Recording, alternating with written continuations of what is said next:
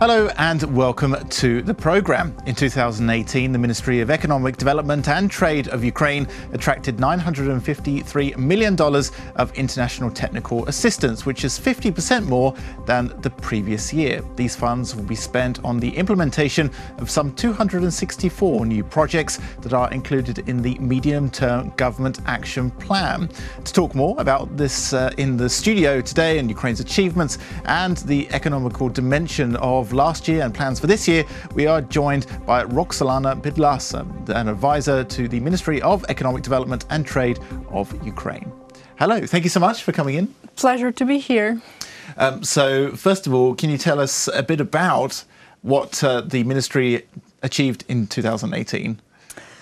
Well, in the ministry, we believe that our main achievement is something that people could feel. So it's basically economic growth. That's why we very much concentrate on different macroeconomic figures. For example, one of the achievements of the government and parliament and also the Ministry of Economic Development, that the GDP growth will reach 3% by the end of the year. The export grew by 10% during 10 months of 2018. The capital investments grew by 20%, almost 20%. And these are the results of structural reforms that are conducted by the government. So basically, it's deregulation, privatization, fiscal policy, and others. Yeah, so it sounds like you have a lot to do in your ministry. A lot. We have actually a very big ministry with many departments. Yeah, and as we mentioned in the introduction, you had the $953 million of technical assistance that was brought into Ukraine. Yes. For perhaps our audience who don't know these terms so much, can you sum up what is technical assistance and what does it mean? It's basically financial aid that different countries and organizations are giving to Ukraine to conduct different important projects. Actually, technical assistance focuses on many areas: economic development, public administration, reconstruction of the east of Ukraine, and many others. In this year, for example, if we look at the whole portfolio of the projects, the security, national security, reconstruction of Donbass and energy efficiency are the most funded areas. I see. And do you hope to continue this in 2009, or do you think you'll have different, 2019 rather, do you think we'll have different priorities?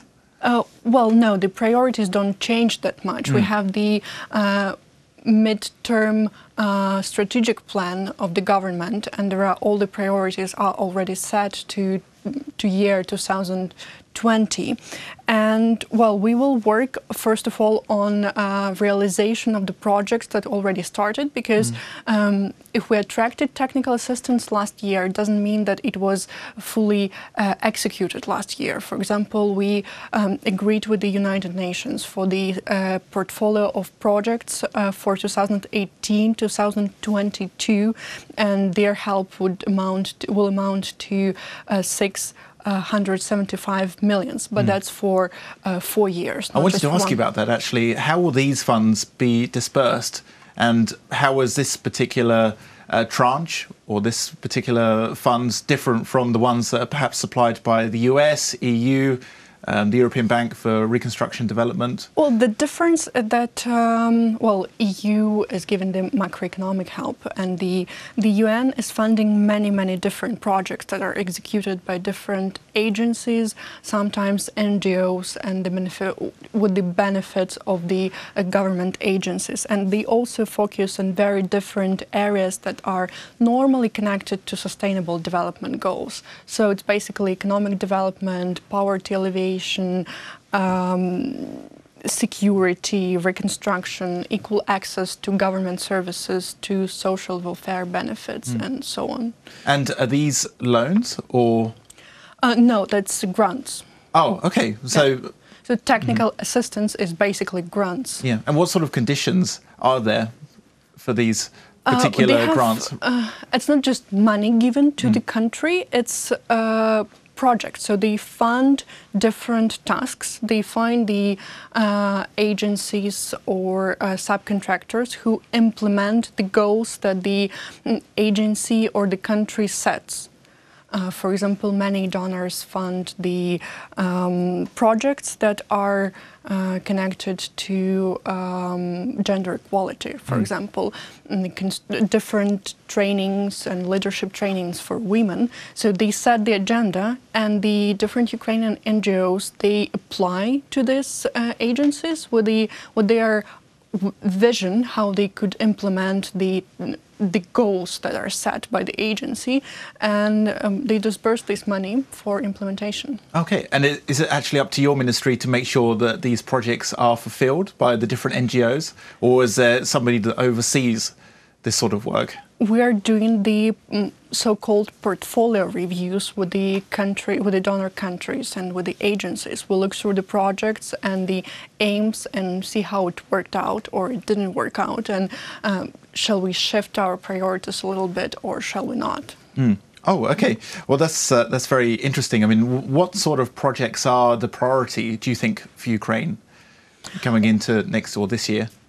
Well, I think that for some years to come, the priority will be the reconstruction of Donbass and security projects, but also one of the most funded areas, as I mentioned before, is in energy efficiency. Many countries actually are willing to invest in energy efficiency. They would include, for example, energy modernization.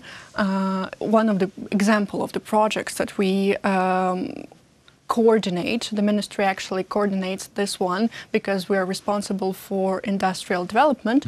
So with the German Agency for Development, GIZ, we are working on in 2018, we were working on the project of energy modernization of different private industrial companies in different areas.